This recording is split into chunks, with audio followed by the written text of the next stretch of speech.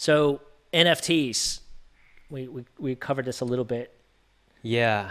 So interesting lawsuit here. I think it made history, probably. Really?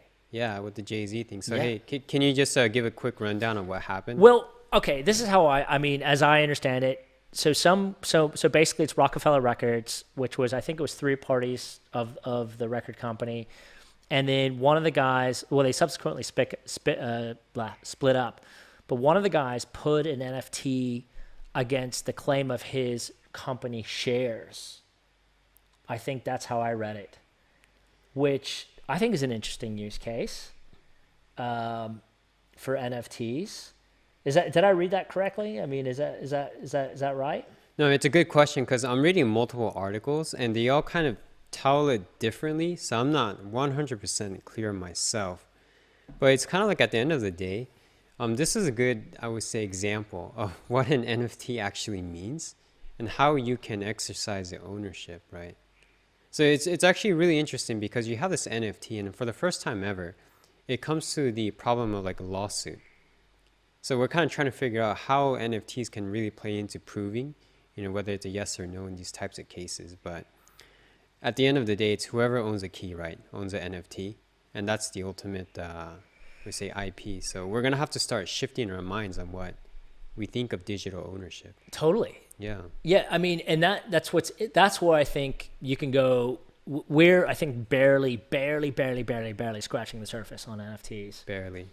So when you lay claim, because I remember I was partner in a company several years ago, and I had shadow equity. So it wasn't even like on paper, but it was like a claim to my partner because they didn't want to spook the investors.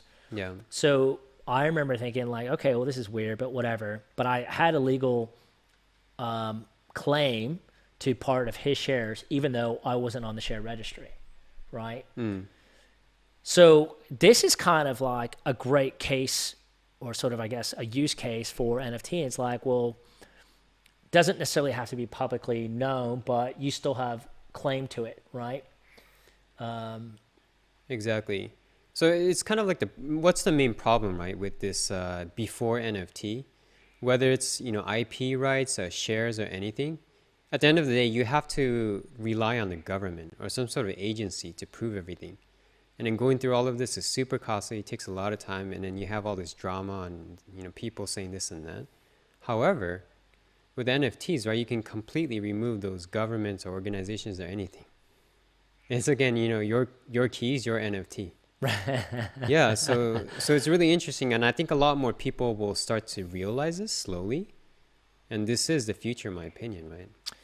Yeah, again, we're just scratching the surface, and I think now, I mean, certainly copyright is a clear. Yeah. But when I was even thinking about the whole meme thing, so memes, there's always a lot of discussion, or like where a meme is, basically a thought that has iterated over time, or something that has iterated over time, but where was that origin of that thought? And I think NFTs will help lay claim to that. And then you could use that in music, like a lot of people talk about, oh, you stole my beat, or you stole this. I think NFTs will sort of once and for all actually kind of give you record, right? Yeah, exactly. Immutable. Immutable. Like Transparent. this Yeah. happened, and unless you could find something that preceded that NFT, that instance, then that actually has legitimate claim, right? Because it is immutable. Exactly. And I know governments, they're always like kind of like the lagging horse, right? Catching up to new technology. Eventually, they're going to have to accept this. Yeah. It's just a time of when and how they plan to cope with it. They cannot deny this, right? Yeah, because it is the future. It is the future. Yeah.